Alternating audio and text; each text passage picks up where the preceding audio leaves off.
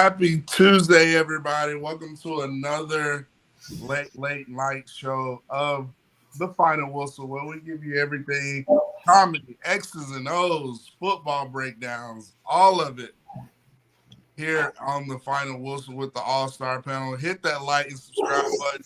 Yes, we're on the Bama Standard, and you see I got a rowdy bunch of guys with me who are celebrating Alabama win that 30th SEC championship. But we're going to get into it. Let's go around the horn. Chris James, how are you doing today, sir? Man, lovely, man. This is the Monday after SEC championship, so you know. What are Georgia fans at? I ain't seen them. They've been quiet. I haven't heard them. I haven't seen them. It's quiet. Well, the dogs barking. I just knew I heard some of the dogs barking outside. Yeah, I had a few come up, before last week before the game, and now I don't hear nothing, man. Crickets.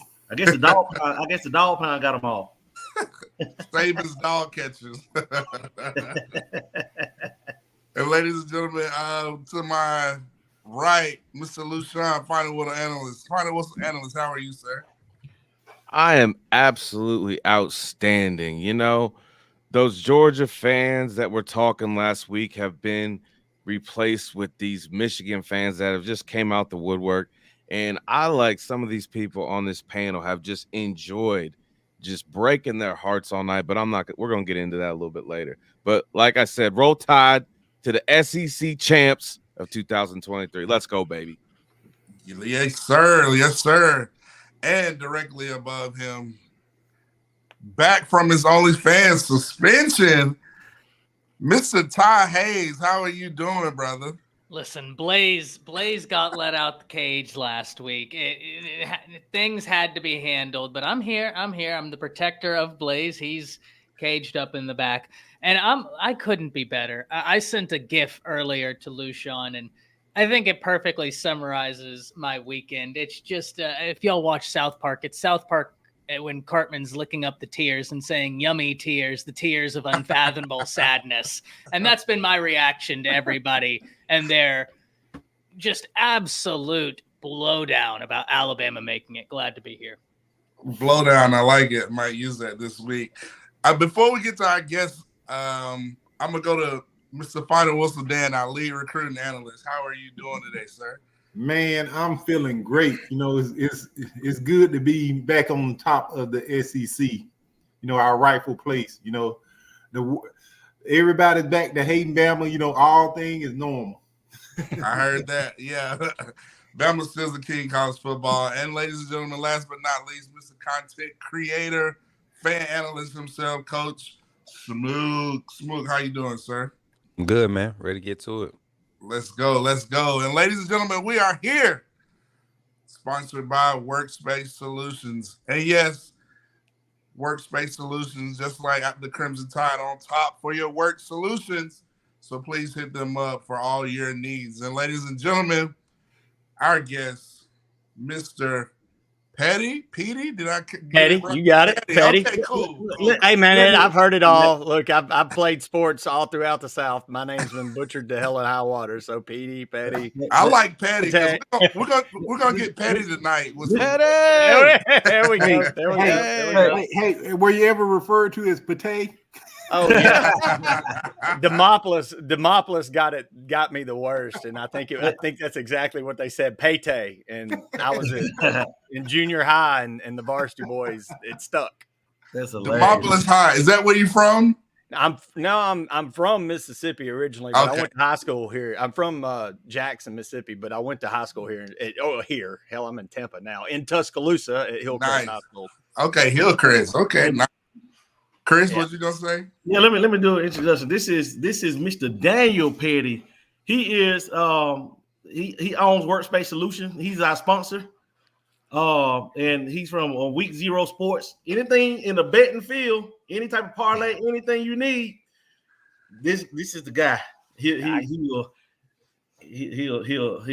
get it done, man. Anything like, hey, should I do this? Should I do? He'll tell you, man. But I don't know about all. I'll try to lead you in the right direction.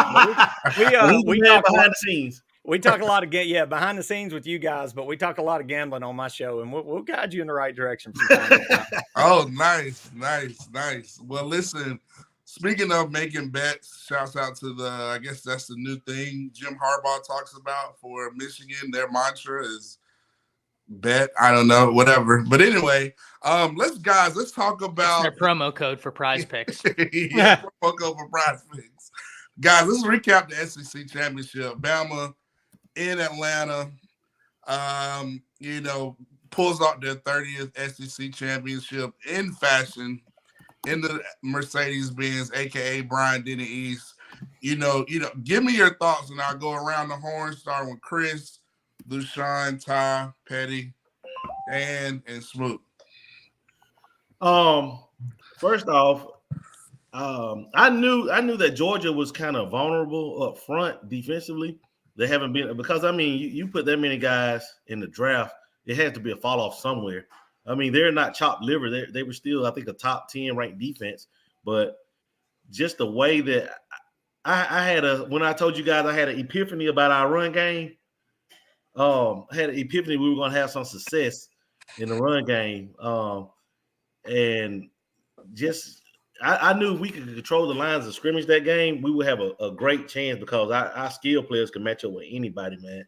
And I knew it was going to be tough trading for them trying to run the ball on us because we our corners, man. What Kool-Aid, Trey Amos, he made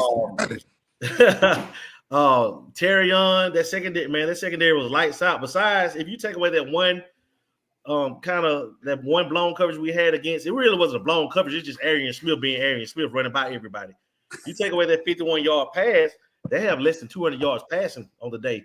And they had 73 yards rushing. Man, like we brought it, man. We brought it to them like they brought it to us in the 2021 championship game. So it was time to half of that game now. The second half, the fourth quarter, Dan. The fourth quarter. Yeah. Because they ran down our throat the fourth quarter. But guy stepped up, man. Guy down the throats. But yeah, guy stepped up and showed up, man. Isaiah Bond, man. I think he took that next step in the hierarchy of Alabama receivers. Burton was the only one that was like a proven give me game time. Bond took that next step, man. Bond is big time now. And Caden Proctor, man, one pressure all night. Like that guy's growing, man. I can say so much, man. I'm gonna pass around the horn, but I'm just happy of that gritty performance we put together. They definitely did their thing, man, and came out with something to prove, and they did that. I love it, Luscion. I was excited about this matchup, because this was going to be the game that Alabama could finally put the country on notice that we're back, that we have a defense that can not only hit our conference mates in the mouth, but we hit the number one team in the country in the face and knocked them down, and them dogs didn't get back up. And I'm going to keep it short like that. Roll Tide. Roll SEC champs, baby. Yeah, picking up where he left off, the one thing I think we can all agree on, Alabama played really well. There was still room for even more domination that game. 4 drop potential interceptions. One of them would have been a really, really tough one. I grant you that. But 2 of them were surefire interceptions.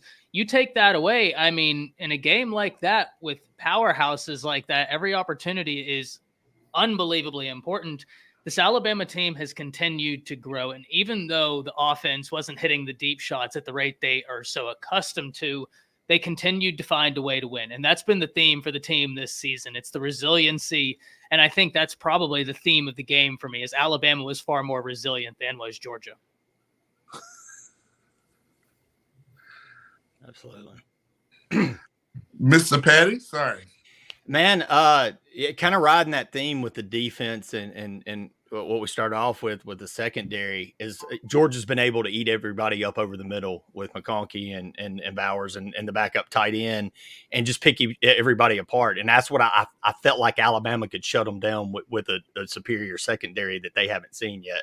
But more than anything, man, I felt like a kid again. And it's winning has become so methodical at the capstone. It's become a part of the process. But when the Crimson kind of took me over, I was 13 years old, and all I heard was Alabama can't beat Miami. You can't beat Geno Torretta. How you gonna stop Lamar Thomas? You can't do it. And Alabama had won ugly all year. You beat Southern Miss 17-10. What's kind of been the theme this year? A lot of ugly wins. Oh, you can't do it. You can't do it.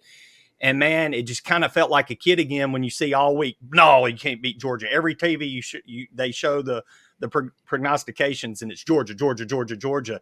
And all of a sudden, I felt like a 13-year-old this week. I was like, oh, okay. Everybody's counting the tide out. And then I felt like Georgia hadn't been popped in the mouth. The best teams they played have been good offensive teams, not good defensive teams. They haven't faced a defense with Dallas Turner and the secondary. And again, not to go too long, but I was excited. Again, felt like a kid. But to see that defense, Bama dominated both lines of scrimmage. And after that first drive, and Saban made that adjustment to go to the 40 defense where they weren't pulling Dallas Turner out into the slot, they completely just 4-man kept the rush, kept the pressure, and was able to shut down their passing attack with the superior secondary. And it was just Alabama football, baby. Roll Tide. Let's go. Let's go. And Dan, what are your thoughts, sir? Man, I remember when Pollock made this comment, and Matt, you tweeted out there, you were like, I'm gonna bookmark this. You remember that, Matt, when Pollock made that comment in front of Saban? Yeah. In the group text, you said, remember this. Yeah. And we have arrived to this moment. I mean, as soon as he made that comment, you texted us and said, man, we're gonna remember this. You know what I'm saying?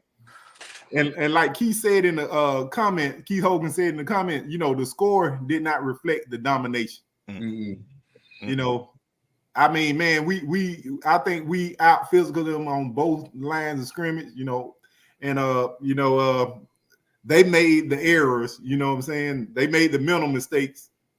We just didn't capitalize more. But we did what Bama used to do. We squeezed them until they popped. And that's Bama football at its best. We executed the process better than they did. Nick Saban still had the blueprint. When the show came on, they was talking about, passing the torch. Who said we got to pass the torch to Georgia? Georgia is just a little glitch, little glitch in the time frame of the Alabama dynasty, just like Clemson. Yeah. So 1-5 against Coach Saban, never even mention him in the same comment. Coach Saban was never been 1-5 against anybody. So let's stop saying, Kirby is on the same level as Nick Saban. I'm just leave that at that. Drop the mic. Speaking of dropping the mic, Mr. Smoot, Coach Smoot, go on, round us out. Let us know your thoughts. Recap about the SEC championship. Man, it's more so. I'm just more elated at the fact that we handled the number one team in the nation, playing A plus style on defense, A plus game on defense, and giving like a C plus B minus game on offense. We didn't play a complete offensive game, but the spots, the only reason is because you could tell Milroe was uptight, man. You could tell he was anxious. He was ready to hit the big plays. He was ready to go ahead and knock that one out the way. And it never happened, but he stayed composed, for the whole game. And that was the difference in the game. His ability to just stay composed. The team fed off of their energy. He fed off of the defense, what they was giving him. No turnovers, and the do the number one team like that with the C plus B minus offensive display. That's what should scare college football. That's what should scare Michigan and Texas and Washington. The fact that Alabama took out the number one team in the nation, and they didn't even play their best game on offense. Milroe did not look his best. So I'm excited, man. I was happy for the win. I called it. I didn't think it was going to be a blowout. I knew it would have to be a grind, but we ended up coming away with it. And now we the champs and we in the playoffs. Roll Tide. That's what I'm talking about. Yeah, we did it. So RTR, we sent the dogs crying back in the ATL. Short ride to Athens. But let's go to our next topic. Let's talk about with Alabama having so much success and, having all these players on all SEC teams. Let's talk about the guys who got snubbed from awards, postseason awards, all SEC, Heisman, and I'm going to go in reverse order. I'm going to start with Smooth. Then we're going to go back around the horn and end it with Chris. So just name a few players you think got snubbed and which awards and,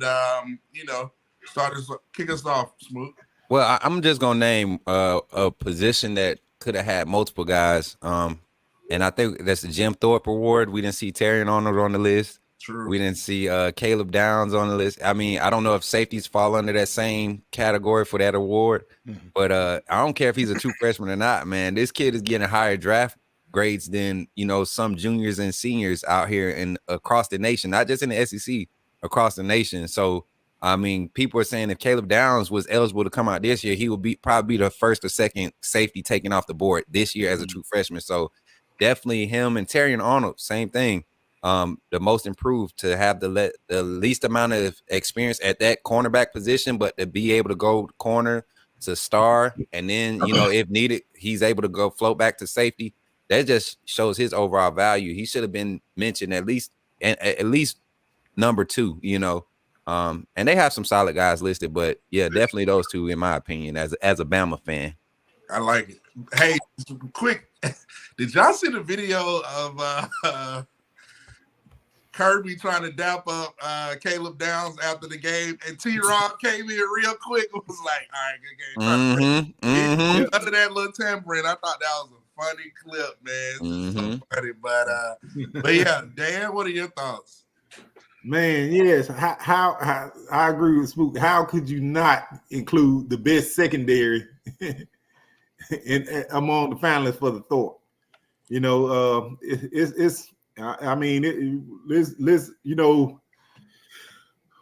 Florida State got snubbed with the playoffs, but we got snubbed with the awards. You know what I'm saying? So, it's an even swap. We'll take it. Did they get snubbed, though? I don't think they got snubbed. Yeah. Talk about that. Yeah. They definitely got snubbed. Milroe, how could you leave him, out of the trip to New York, So it's just, it is what it is now. Nick Saban, the greatest coach. How many Coach of the Year awards has he won? Greatest coach to ever live, but it just is what it is when it comes to all things Alabama, so we might as well just embrace it. They hate us anyway.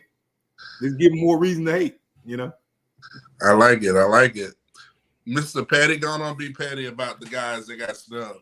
Man, and maybe injuries hurt him, maybe because he was banged up a little this year. Maybe it's because there were so many guys and Bama fatigue. They just didn't feel like they could fill out the whole secondary on the SEC team with Crimson. But man, Malachi Moore, I feel like Moore, I know Arnold and all these other guys stepped up this year and looked so good, but Moore's that dude. I feel like Moore's the one that I was shocked to not see his name, at least on second team. And again, I know he was hurt a little bit, but still, I feel like Moore's that dude back there. But that I'll make it short and sweet, because there's and as far as the Heisman, I don't know. I gave up on the Heisman years and years and years ago on giving a crap about who they screw that thing up so much more than they get it right that I don't even care anymore. If not, I mean, how do you? I absolutely think Milroe, from where he came this year, was Heisman. It's a story. It's a story of a guy who fought a lot of adversity. He got benched by his coach, down in in my backyard over here, and then won, had the locker room, won the team back over, won the nation over, won this fan base over, just kept winning. I mean, he's a winner. So how do I could see the argument for seeing why not Milroe there with, I mean, hell, at one point they had Bo Nix as the leader for the Heisman race. And that's the dumbest thing after he'd already lost to Washington and Penix. I think it's Penix's to lose, but yeah, I could see that if you want to say a snub, maybe Milroe with kind of the story he had this year. And who else is up for the Heisman? I mean, just not really any dudes that. Bo Nix, guys. Yeah. The only reason I wanted Bo to kind of win it was so we could laugh at the idiots down at All Right. Dummies. You know, Hugh Freeze was sitting there all year like, y'all idiots. What y'all let this guy go for? Speaking of awards and being snubbed, I know Ty's got snubbed for OnlyFans of the Year, and I didn't even make top 40. So, Ty, 3 times in a row. I know, man. What do I got to do, guys? I'm testing the limits of what the human body can endure over here, but that's neither here nor there. We'll save that for later. In terms of the awards, Smook started it off, and I'm just going to piggyback.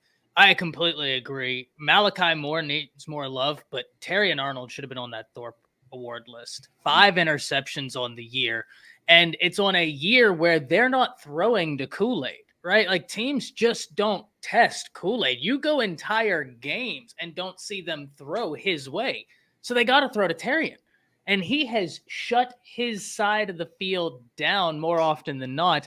And in terms of Heisman, as much as Jalen Milroe has earned his way to New York, we always have to remember that award is a stat award. And unfortunately, whenever you have these quarterbacks putting up monstrous numbers, they're going to look to the numbers more than the impactful games that are played. That's just an unfortunate reality about the Heisman Award. But you bet next year, I'd love to see where he opens up in terms of Heisman odds. It's going to be really fun to see. Love it. Luscion? I mean, I can't really say anything else besides what everybody else is saying. We had a few other players that could have had it if they stayed healthy the whole season. But Terrion Arnold for me, man, I mean, he should be first team all SEC. I don't really know why he wasn't. He went up against the best of the best in the SEC, and he showed what he could do, and he won.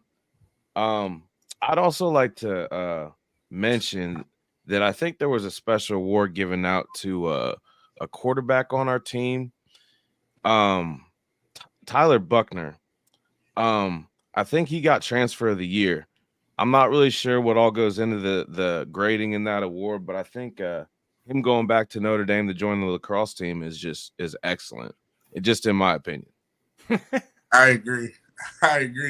Another name before I give it to Chris, I didn't see on first team all SEC, Chris Braswell. I thought, listen, he was putting up major numbers with Dallas Turner. He could have easily been on there. Terrion Arnold, like you all mentioned, Malachi Moore. So I just thought Chris Braswell could have got a little bit more love from on all SEC. Chris, your thoughts? That's exactly who I was saying. Oh, my bad. I saw the coaches. I go off the coaches, who the coaches vote in. I put more stock into what the coaches vote as opposed to, the media or whatnot. But Chris Braswell being left off first and second team, all SEC, that's a doggone shame. But it was good to see Justin Boydby to get his due credit, man, because that dude's been balling all year, man. Mm-hmm. And obviously, I felt like the best DB in the country who had the best season was Terrion Arnold. Like how he just got left off off of just being invited. That's crazy. And Milroe, I mean, New York, I felt like he got snubbed for New York because they put Marvin Harrison Jr. there. But I mean, he's no slouch. You can't get mad about any of the 4 that were there, but he definitely had a case to be there. But second team quarterback for all ACC was Carson Beck, according to the coaches. And that was kind of crazy, seeing that. But it's good to see 3 DBs on first team. Dallas Turner. So we had 5 starters on the first team defense. So our defense did get recognition. And I hate that we didn't see Jaden Roberts on the second team. But other than that, I mean, you really can't complain about it. Maybe Jermaine Burton deserved to be on there.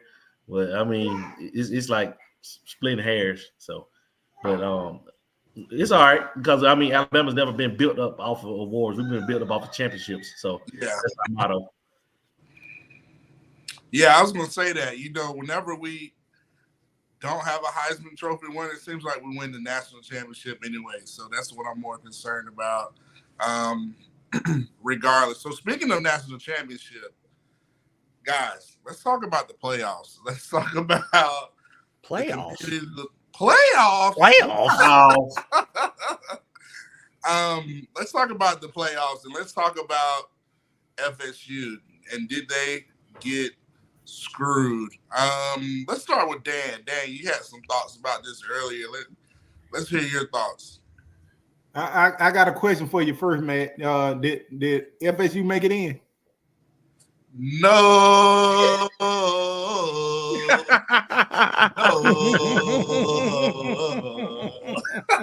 That's so cold. Y'all wrong. Sorry, Peter Ward. You're my favorite player all time. You gotta do it like that, Dan. No. Man. Oh, man. Oh.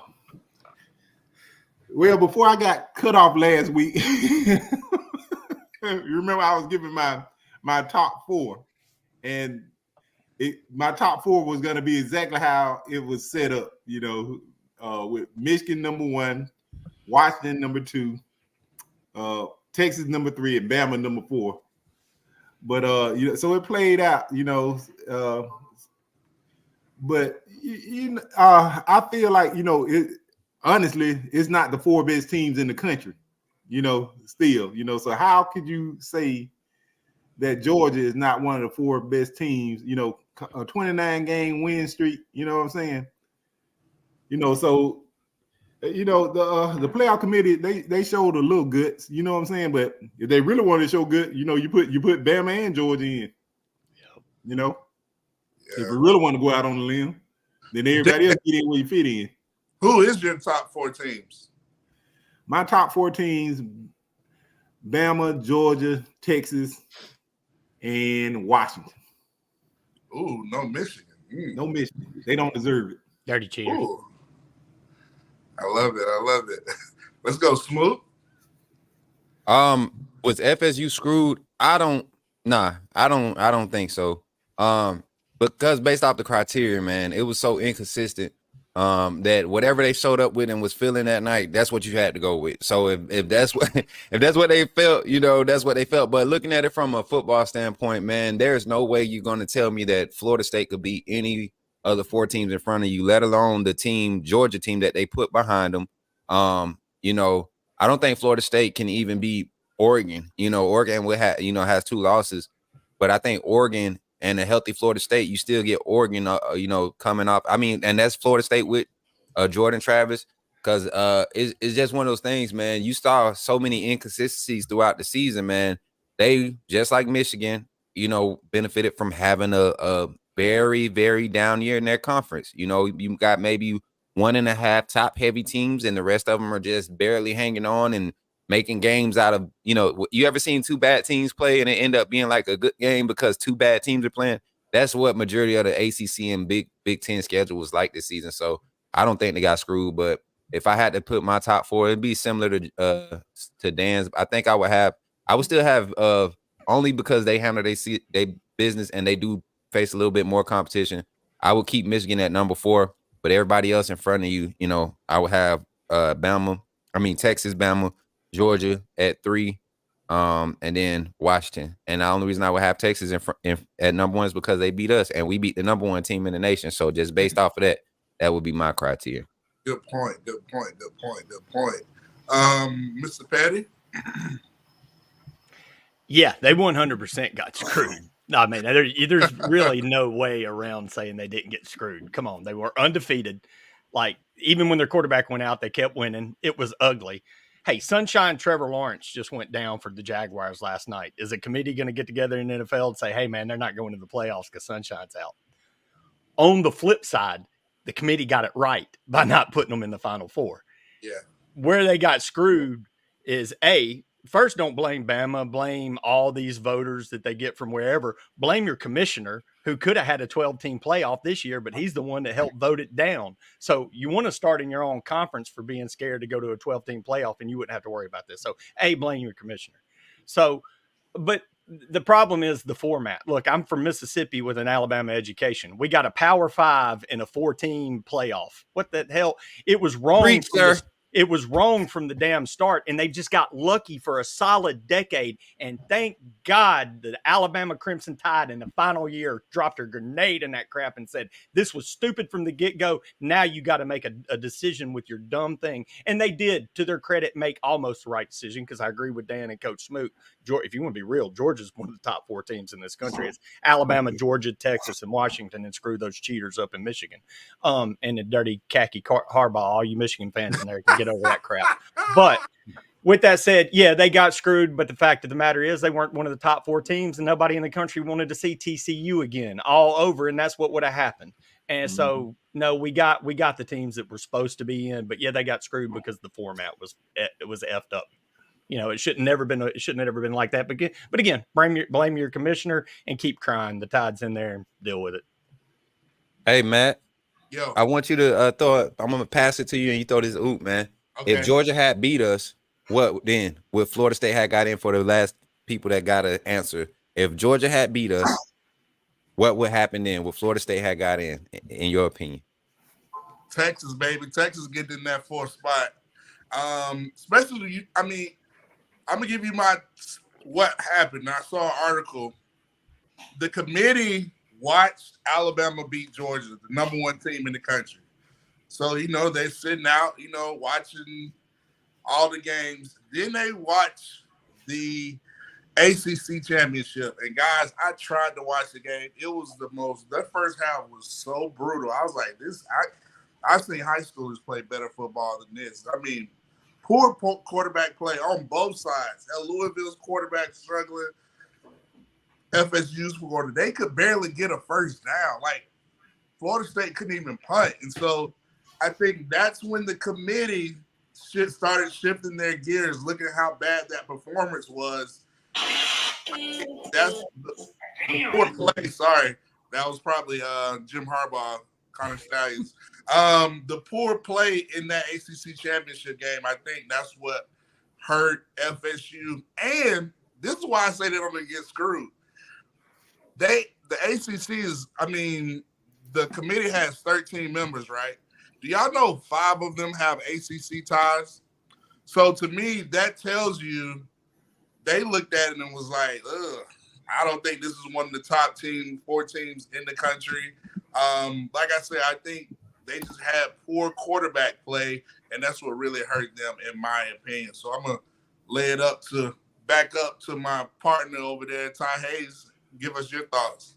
Yeah, FSU did not get screwed, and I'm going to lay down why. First and foremost, their best win is LSU. That would be Alabama's 3rd best win. They just struggle win against Louisville, who just got shellacked against Kentucky, who's a middle-of-the-road SEC team who Bama ran out the building. And before anybody points me to 2014 Ohio State, I apologize. You mean the 2014 Ohio State that beat 10-3 Wisconsin, who was a really good team that year, 59-0 in their championship game, where Zeke Elliott ran for 220 yards and Caddell Jones threw for 257 yards.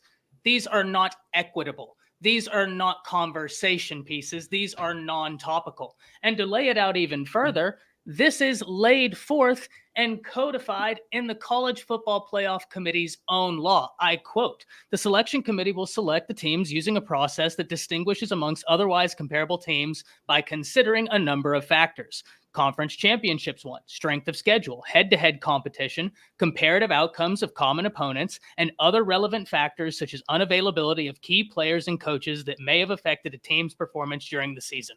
It's laid down into the law. It has been there since 2013. It is not surprising. We have crossed this bridge before. The only thing that's unfortunate is that Florida State was undefeated. But the committee said before the weekend began multiple times, we're not after the 4 most deserving teams. We're after the 4 best teams. And because of that, I think they got it right. And I understand the argument for Georgia, and I have no argument against it. I can tell you why I think they didn't do it. It's because Texas beat Bama and Georgia didn't. Texas beat Bama at Bama by 10 points. Georgia lost a game by 3 where they could have lost it by a lot more. And I understand early season, Bama has evolved a lot, but how are you going to put Georgia in? And if the answer is Michigan, that's going to be tough because they're undefeated right now. I think they got it right. I agree. Luscion and Chris. No, they didn't get screwed at all. And I had to ask myself and some of the people that I hang out with, what does FSU really stand for? Because it's been that long since they've been relevant. So in saying that, it's been that long since that whole conference has been relevant, because I'm pretty sure the only team to actually win a national championship from the ACC has been Clemson in the last decade. Is that not right? Yeah. So in saying that, if you want something to stand on history, stand on pedigree. You don't have any. The ACC is not considered. They might be a Power 5 conference, but they're not a Power 5 football conference. They don't make appearances in the playoffs. They don't historically churn out the top NFL talent in college. That comes from the SEC. Now, in saying, did the committee make the right decision? I'm going to say no, because I'm a firm believer that if you recognize something in your organization to be a problem, and then you take a punishment willingly for that problem, I don't think that team should be eligible to compete in the college football playoff, because there's no evidence to directly say that, no, we didn't cheat. There's a whole bunch of evidence in here saying that, hey, look, it looks pretty much like we cheated. And it's not just been one game. Apparently, this dude was at like 30 some odd games. Like, no. He has a manifesto. Right. Yeah, a manifesto. That's never ended well. No. You want to talk about tainting the Florida State, saying, oh, this is disrespecting the name of college football. You put a cheater at number 1 in the country. You want to talk about morals? Let's talk about that. Like, that should be the only conversation really being had here. Florida State got screwed because Michigan's in the playoffs, because there's really nothing for them to say that FSU deserved to be in over Alabama. Like, you guys face so many cupcakes, and there's already too many cupcakes in the playoff as it is. Like, you at FSU, we ain't even gonna have a playoff. Like, no one's gonna watch that. That's like watching a cooking show. Like, this is football. Ain't nobody gonna hit nobody. There ain't gonna be athletic plays being had. Like, people want to see the top talent in the country, and it don't go to LSU or most of the schools in the SEC or in the ACC. So I don't understand why FSU is coming out of the woodworks like, oh, we just feel like we deserve a chance. No, you don't. This is football. Football is the best of the best, and I'm sorry, you're not. I heard that. Chris, let me get your thoughts. Yeah, Ty hit my points when he was the things he said about his. But check this out, guys.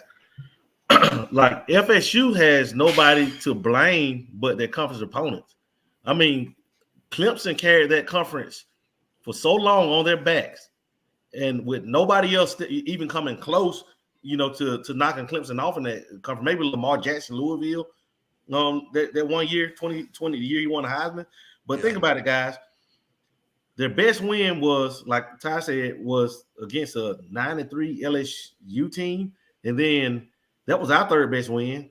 And Louisville, I mean, Kentucky had just beat them, so Louisville tainted that. You know, Miami tainted that.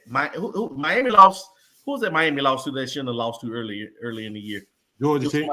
Georgia Tech. You know, and so the conference was horrible. I think their conference opponents, their schedule was it under 500, Ty? Their combined 76 and 79, I believe. Like that's horrible. So I mean, I feel bad for those guys, but however, man, if you want to make a statement, go out and blow out Florida in the swamp. Go out and blow out Louisville. You did neither. You did nothing to help your case when Jordan Travis went down to show that you deserve to be in the playoffs. And don't get me started on Michigan, because every time Michigan comes, they get embarrassed. People talk about the TCU embarrassment in the national championship last year. But who did TCU beat in the semis to get to that championship game to get embarrassed by Georgia? It was Michigan. Who got embarrassed the year before that by Georgia in the semis? Michigan. It was Michigan. So Michigan, I don't know where all this Michigan hype comes from, but they haven't done a doggone thing outside of conference play in the postseason to show that they're worthy of being the number one team in the country. I wouldn't have been mad at all if they'd have had Washington in that one, if we're being honest about it, because the schedule was weak. It was just horrible. Chris, apparently Connor has tapes on the commissioner too, so that's why Michigan got it number one. Well, I'm gonna say this. I sent it in the private chat, and then I'll leave it be. I'm fine with Michigan because I want Bama to be the one to take them down. I want Bama to be the judge, jury, and executioner of that. Yeah, me too. And another. Let's get to the super chat real quick before we end this topic. Wookie Gribblin says the coping for FSU is unreal. When Georgia beats them like a redheaded stepchild, they would say it's because they don't have a quarterback. Just watch. And another thing, I gotta say this too. A lot of this is not about FSU being screwed. A lot of this is Bama hate. A lot of people are just saying, "Oh, FSU riding this FSU. They got screwed up bandwagon because they hate Alabama." You look at the Booger McFarlands. You look at all those guys, Danny Caddell. At the end of the day, deep down in their heart, they just mad that Alabama got in. It could have been any other school. They wouldn't bat an eye. But because it's Alabama and they hate Saban and Alabama, that's why they are so mad. And if you care so much about Florida State, you would have watched the game. The views, they had the worst championship views on Saturday. So I feel like the outrage and the outcry is outweighing the support that you actually truly have for that team. So I'll leave it at there. So we kind of talked about it, guys. Bama got in the 4th spot, the playoffs. I was so excited, like everybody. I mean, poor Florida State. Florida State, you probably don't need to have a watch party. Like I felt like that was a bad move. Like to me, I woke up Sunday morning. I'll be honest, I was nervous. Like I could barely sleep for real, thinking about is Alabama gonna get in the playoffs. And when I woke up and I saw championship drive and they had Marty Smith in Tuscaloosa, I was like, oh, there it goes right there. They're not gonna send Marty Smith to no school that's not getting the playoffs. And I was like, oh. I said, I'm getting in this thing. And then you watched the, what are you gonna say, Chris? Back to buddy that had at FSU. I was like, man, who was this? I'm like, they're not gonna have nobody. I said, hey, Chris, and that's what I keep telling folks. You can. That's why some people they believe the what is it called, the conspiracies and all that stuff. Yeah. Because literally, and I couldn't get in touch with Luscion, but I hit my boy Sean up. I'm like, bro. They got Marty at doggone Texas. They got other boy, Tuscaloosa. They got other boy at Texas. Washington ain't even holding a watch party. You know what I'm saying? Yeah. I said, okay, this guy. But then what really gave it away was when Texas moved up 4 spots to get to their doggone third, to get to the number 3. And I said, if Texas get respect for winning their conference and they only had us 1 spot behind them, and we beat the number 1 team for our conference, there's no way they're not going to use the same mindset, because Texas didn't do anything more impressive to get in front of Florida State than we did. Yeah, well, they put Georgia at 6. Well, that's when I knew. That, and they had just set the precedent that undefeated wasn't the most important criteria by putting Texas in first. When Texas, I saw pop 3, I was like, it's going to be Bama, because they just ripped the Band-Aid off. But because if they were going to put FSU in, they would have, let's be honest. If they're going to respect the record, they would have put them in at number. They'd have been number 3. TCU last year. Texas like they did TCU last year. And so 100% Smook. When Texas popped up at 3, I was like, oh yeah, no, they just ripped the Band-Aid off. I ran out of church and everything, boy. I had to go in the parking lot. 100%. And the counter, the piggyback off that. If you're watching the selection show, when they went to commercial break leading up to the announcement, they come back. It's Coach Saban talking about. I'm like, they let you know they talking about Alabama. I'm like, man, just the hype was Alabama. And I was like, every story was Alabama beating Georgia. And I was like, they're kind of letting you know. And when I heard those Vegas odds before the announcement say, oh, Bama's getting the Vegas line has Bama getting the 4th spot. Listen, Saban made the call to Vegas. You know he's connected with Hey, when Disney made the call to Vegas. They all in cahoots. Yeah. Hey, when they said that injury, when Kurt Hershey kept pointing out that injuries, availability of players, look, we knew it. If you don't think Herb Street is earned enough clout with all those people to be a puppet for what they really want out to soothe the masses, yeah, absolutely. Herb Street was exactly what you said. He was touting that, an injury is a big deal. When he said that was your sign. Like, why would they even talk about that? I know. And right before they announced it, they asked Kirk, who do you think should be? Kirk says, it should be Bama. And that's when the committee voted. That's when the committee was fine with their decision. Everybody was fine to say a booger. I wanted to flick him. Kirk was crying. Kirk showed that he was a Bama fan during the Auburn game. Oh yeah, he did. We all know Kirk Keller roll tide in here. You know it. But not only that, but even with Kirk was talking about potential matchups when we was at number 8, he was like, I think it was after the LSU win. He said right now, if we was to line up Alabama against any team in front of them right now, there's a good possibility that Alabama's beating every team minus Georgia, minus Michigan. And I think he said Ohio State might give us a run at that time. But no other team was going to be able to keep within a 14-point spread with how the team was surging. And he's always been there. And that's what people couldn't understand. How can the committee see Oregon doing something they struggling, but Alabama not? So it's good. Hey, they should pan out like this. They should show Kurt and what's the guy's name? Joey Galloway so much love whenever they came and did the spring games from the field. Yeah, remember that on ESPN? They said Alabama spring games. Yeah. They showed those guys so much love that he's like a Bama fan now. But they were making the most sense. So speaking of making the most sense, let's talk about. I love how Justin worded this sneak peek at Michigan. Kind of play on words. I like that because Michigan got that cheating scandal and spine and all that stuff. So Michigan, I'm gonna throw out some crazy signals. That way you can't steal them. Listen, looking at this game versus Michigan, we know Michigan Big Ten kind of had a cupcake schedule. JJ McCarthy, Harbaugh, Corum. I'm gonna kind of start it with Chris, and we'll go back around the horn. What are your initial thoughts about Bama versus Michigan, this matchup in the Rose Bowl, which could be classic? That's beautiful. So I'm excited. Chris? I think we're a nightmare matchup for Michigan, and it showed them by their response when they were announced as we were announced as it was like, no, the whole room just went. And they tried to clap. It was like, they had parents and they're like, come on, guys, you can do it. Because they know Bama and Georgia are carbon copies of one another. So it's like, man, we got to go against these guys. They thought they had it sweet, man. But Michigan, like, the only way they'll win is by lining up and running down your throat. They don't want to get in the have people spread them out. They don't want people to kind of that can match up with you in the trenches, but they're even better on the perimeter. Yeah, they're even better on perimeter. So I think we're just a bad matchup for them, man. And you guys, have y'all guys noticed since they came out with them cheating, they haven't been blowing people out the way that they were? And I said this on our show a couple episodes. Ever since the cheating scandal came out, you notice Bama has looked like Alabama. Like, we've been so dominant going against teams. It's kind of ironic. So I don't know what it is, but yeah, man. Since that, so I just think that we match up good.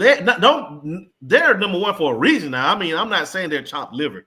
I mean, they have dudes, like everybody else. It's going to be if we come thinking that we just because we're Bama going to try it out, they're going to do us like Ohio State did us back in 2014. But I doubt it. I seriously doubt it. But I mean, they have a couple of guys, a couple of good receivers, some good tight ends, pretty good guys secondary. But I still think Texas A&M is the best defensive line we'll see all year. And we were able to have success against them throwing the ball around. So, but Michigan has a far better secondary. So we just have to, kind of force the envelope and push the envelope and just see how things. I think it's going to be probably like a punt, kind of start it off and then we start to do our thing. But if we come out and score that first drive and go down there, throws and score the first drive and get a stop, they're in trouble, man. It's bad. And I mean, like Chris, like them 47-second first drives. Yeah, that's when Bama's scared. Like, come out when you come out in those games like we did Notre Dame, Washington that year against Washington. I'm thinking this may sound crazy, y'all, but I'm thinking Notre Dame 2012-ish. I was thinking more so lines the opener against USC that year. Where it kind of start like I'm talking about like that type of play calling style and everything. But go ahead, I'm trying to.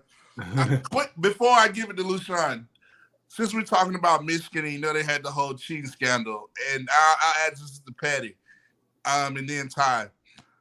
Do you think Alabama has to do anything special? Going into this game, changing up signals, having extra security at practices or doing all the practices inside? Like, do you think we need to do anything kind of strategic, Pettey and Ty?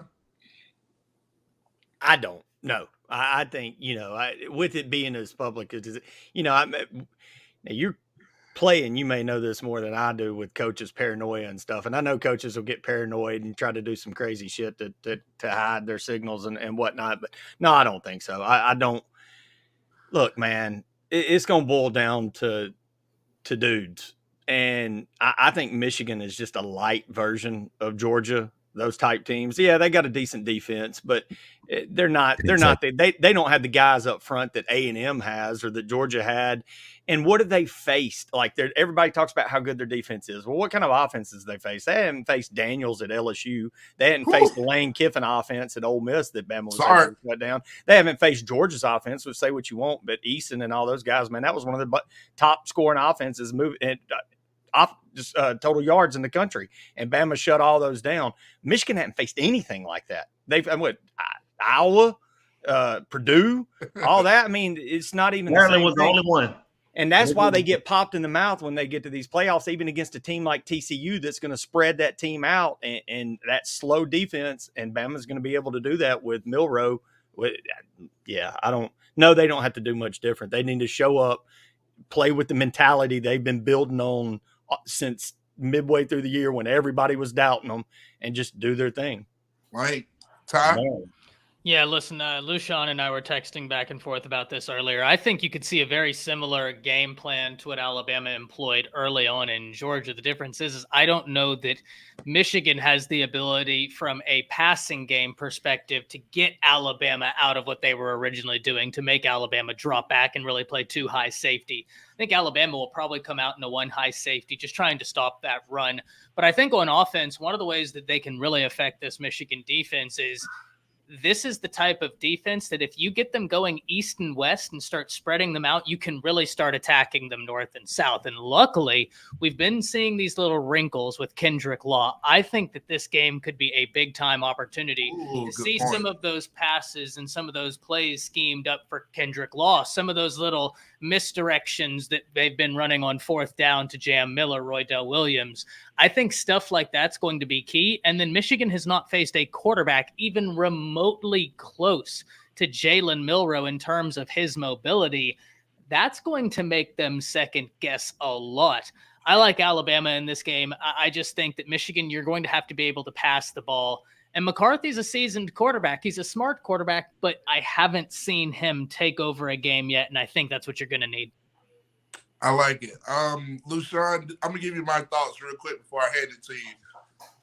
Knowing Michigan's history, and I don't think they're going to go – this is why I think Alabama has a psychological advantage on them, because I don't think Michigan I think Harbaugh knows deep down inside he's not going to be able to run that Big 12 style of offense and try to beat Bama. That's not going to work versus Bama.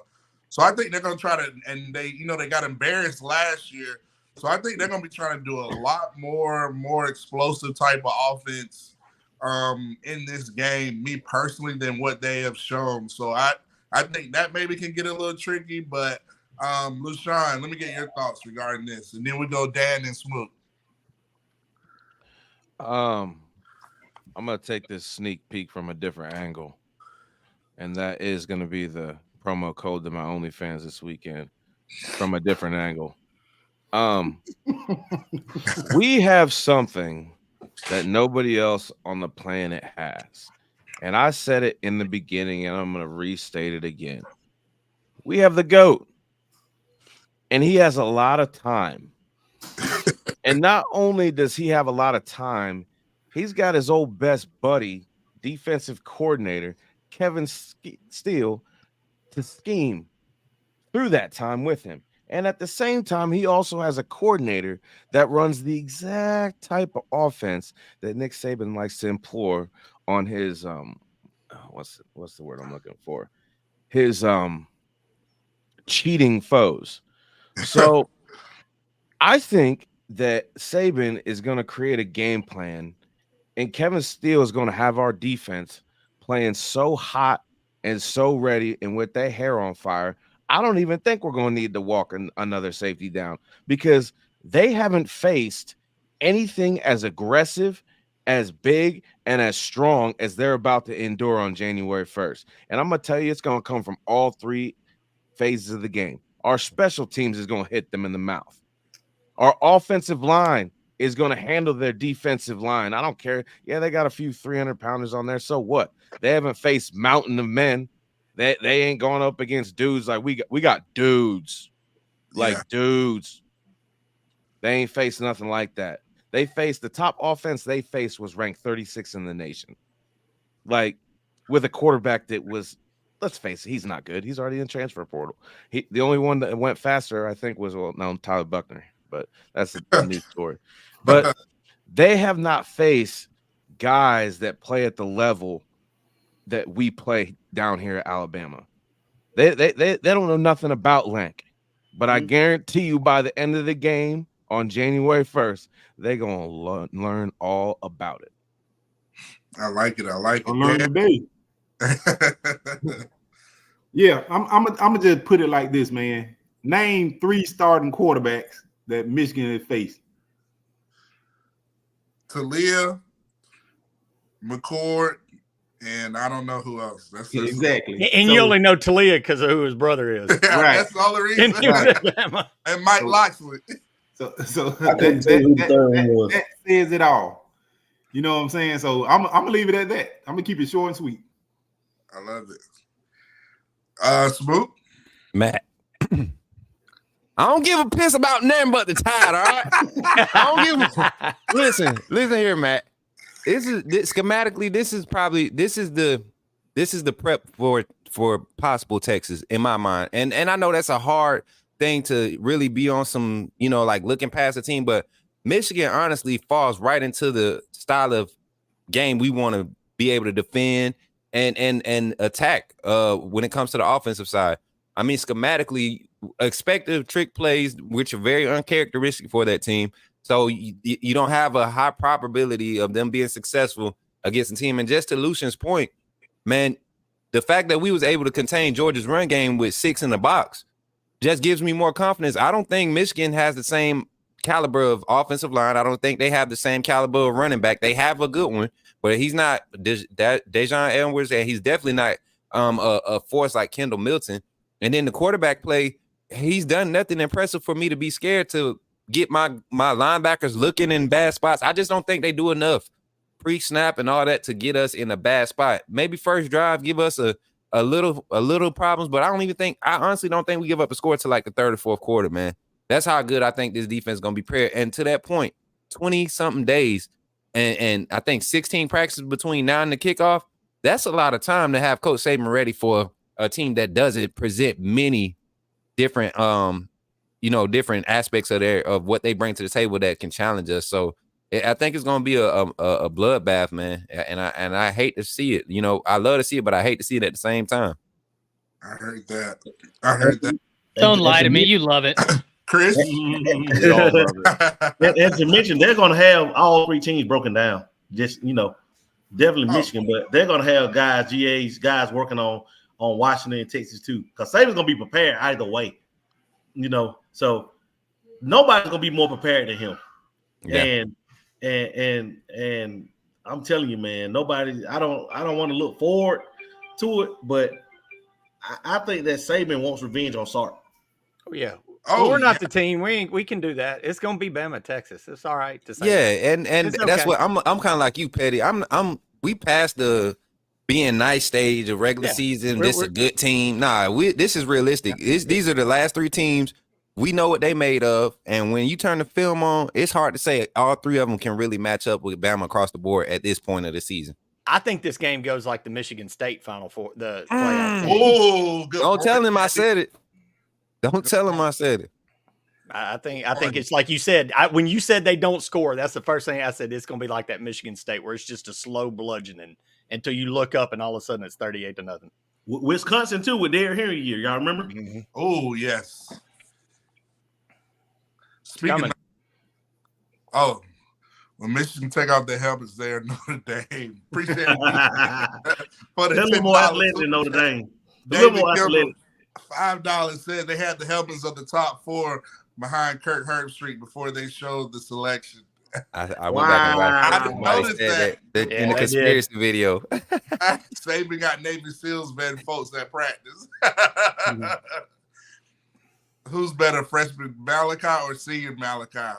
I say senior Malachi because he's way more physical. Freshman coverage that wise, freshman year was unreal to me. But Malachi was lighter. He was lighter as a freshman. He can cover better, but as a senior, he's a force, man. And he was smart as hell as a freshman, but he is just so like experienced now that his football IQ is. He's lethal. Yeah. You guys, Carlos Polk, you guys need a miracle to beat Auburn. Now no team can beat you. Can't wait to embarrass you. Go Blue. Dude. Okay. Yeah, we need a miracle to beat Georgia, the #1 team in the nation who smacked y'all the year before. I don't think so. Yeah. Sorry. No. Smook. Let's be fair, though. They didn't get to play Georgia last year. They got smacked by TCU. Well, hey, they didn't have all their signals. They didn't get the cheat sheet in time. Listen, they're too busy picking their nose and picking out their next set of khakis to even understand what we do down here in the SEC. So I don't want to hear that shit. Hey, Michigan had a beat Georgia and a beat Ohio State period. They should have had a beat Bama period. Right. Y'all gonna learn today. The Michigan fans can check out my OnlyFans account. It's I cheated in my khakis when Bama was Oh, let's go. I love it. Oh my goodness, perfect. Oh, I jumped too far. My bad. Perfect. Don't let it. I definitely cheated in my khakis too quick.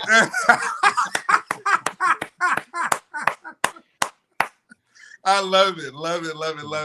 And like Pettey started us off, with our OnlyFans segment, we're gonna wrap it up with our OnlyFans. And Pettey, he set the bar high just now. I love it.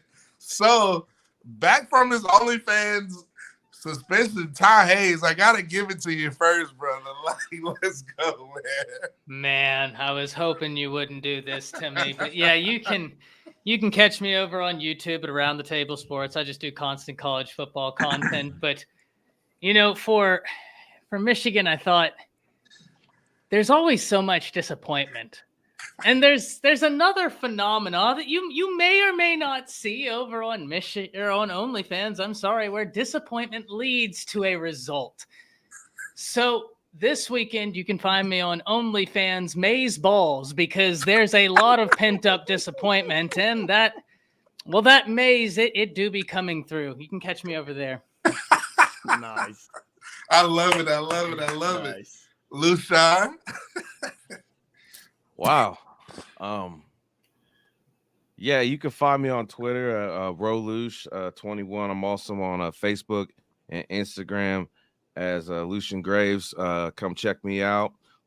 For this OnlyFans, I'm actually taking a sabbatical, and I will be making a guest appearance up until the week before we play Michigan on Connor Stallion's OnlyFans at WeFilmEmAll.com. Promo code Big 10. You know what? It's crazy, and I wasn't gonna jump out of turn, but it's crazy that you was talking about, collabing with Connor, because I'm using his media staff and those same people that was stealing them signs, and they're coming and they're shooting my OnlyFans segment. And y'all know y'all can find me at Coach Smook on every platform. But this week, Connor Stallions and the crew is shooting my OnlyFans segment. I'll be playing and the replica of Jim Harbaugh, except you can get in on Jim Hard on as we whoop them Wolverines. And we going crazy this week. Promo code X them out, baby. So we out of here, baby. You know what I'm saying? That's what we doing. It's crazy, man. How you get in touch with Connor? He's not working. He got in touch with him. My phone just rang when I was at work. It didn't have a number, but I called him at the it. Arby's across the street from the band practice field over there on campus. That's where I called him, man, at the Arby's. He texted me an emoji of a stallion, and I was kind of curious. I wasn't sure, and then there was a camcorder, so I put 2 and 2 together. You work at Geek Squad. So I'll go first since I'm still doing OnlyFans. So last week, I'm trying to keep a holiday theme. I did deck the balls. This week, my OnlyFans theme is chestnuts roasting. Promo code Naughty List. Man, y'all crazy, man. Hey, you can catch me on here every Tuesday, and the post game show too. But we won't have any games until New Year's Day. So I'll be back on, after the game. Hopefully, if I'm trying to get out to Cali. So we're trying to see. But you can follow me on Facebook at Chris K. James Sr., on Twitter at CKJ Senior 32, and on Twitter at Coach Chris James, on Instagram at CKJ Senior. And Matt, yo, you remember the State Farm commercials? Hey Jake, what do you have on? Khakis.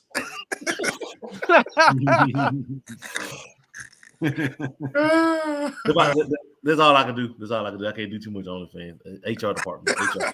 Oh, you moved from OnlyFans. You on Christian.com, right? Christian. No, I ain't on none of that. My wife looking at me like, hey, he turned to look. Don't go that shoot. Christian.com. All right, Mr. Dan, our resident reverend, ordained minister. The deacon. The deacon. The freaking deacon. No, Dan on the usher board. He's on the usher board. White gloves. With a white glove. They come in the church march during the anniversary of the church march. Marching in backwards. Yeah, the usher anniversary.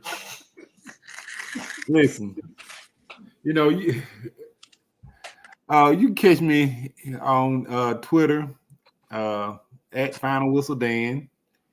You catch me every Tuesday night, right here. It's what started it all. The Final Whistle. And make sure y'all please. I want to remind everybody hit the like and subscribe. My Twitter is blowing up, man. I'm up to 56 followers now. Whoa, let's go, damn. Went from the dude in the swing to 56. Listen, dude. Listen, I have to wear sunglasses at the Walmart now. You know what I'm saying? Hoping nobody recognizes me with all my fame. Speaking. Wait a second. Dan, you said the one time you said HR was the reason you don't do OnlyFans. Then how come I didn't say that. Chris said that. Okay, I was gonna make sure. I said mama and daddy. I was gonna say because I be seeing people twerk at Waffle House, so I already know that HR doesn't give a damn about no OnlyFans tag. Yeah, that's a whole different story. I'm not gonna even get into that. Scrambling other y'all crazy, man. Hey, speaking of being famous, Cici said somebody recognized her at the game Saturday. It was like, "Aren't you from the show?" Like, okay, so we're moving up in the world, man. Let's go. But catch the Crimson Dynasty tomorrow at 6 p.m. Central, 7 p.m. Eastern Time, and follow up by Teague's Take with George and JTT at 8:15 Central, 9:15 Eastern Time. And folks, Oh, before we get out, who's your Optimus Prime and Megatron on Bama? I'm gonna let Jalen Milroe, Dallas Turner. Dallas Turner's Megatron for sure. Who'd you say, Pettey? Dallas Turner's definitely Megatron. That's a mean dude. Who's your Optimus Prime? Optimus Prime. Optimus Prime. Yeah, got to be Milroe, I guess. I'm going Jane Roberts. No, Prime is like the daddy. So who act like an old man on the team? Probably one of the offensive. Yeah, one of the linemen. We can't hear you, Smoot. You're on mute, Smoot. Maybe JC. I know because your boy muted me, but I think it was more like Booker. Booker was like Optimus Prime. He was like the spokesperson for Bama all year. Good point. Good point. Latham too. Well, he didn't really speak a lot. You know, Booker was always in front of the media. Okay. You know, putting it out there. Good I point. like that. Good call. Luscion, who's your two? Megatron's gonna have to be Jaheim Otis because he just be big, physical, just a bully, just like Megatron. And Optimus Prime, Optimus Prime to me is just someone that you can always count on, someone that just is gonna be there all the time. My Optimus Prime is Caleb Downs. I'm going 2 defense. Hey, Optimus Prime comes to say today there might be Bond. Because he's Bond's more like Bumblebee. Bumblebee hell. He bring the spark. Yeah. Bumblebee gonna bring that spark. You're right. That's a good one. Yeah. And then Burton and them twins, them little other twin cars. I can't remember their name. The small ones. Hey, can we address this Carlos Fulton again? Hey, I hope you keep that same energy on January 1st, brother. Keep that same energy. Oh, he said we're all delusional. The rich is in the track. Like delusional. How can we be delusional when we have 6 championships in the When's the last time Michigan won? Has Michigan won a national championship in the BCS era? But have they played for one? Have they played for one? They won one when they were like shared championships. Huh? They had to share. They had to share with the 98. Yeah.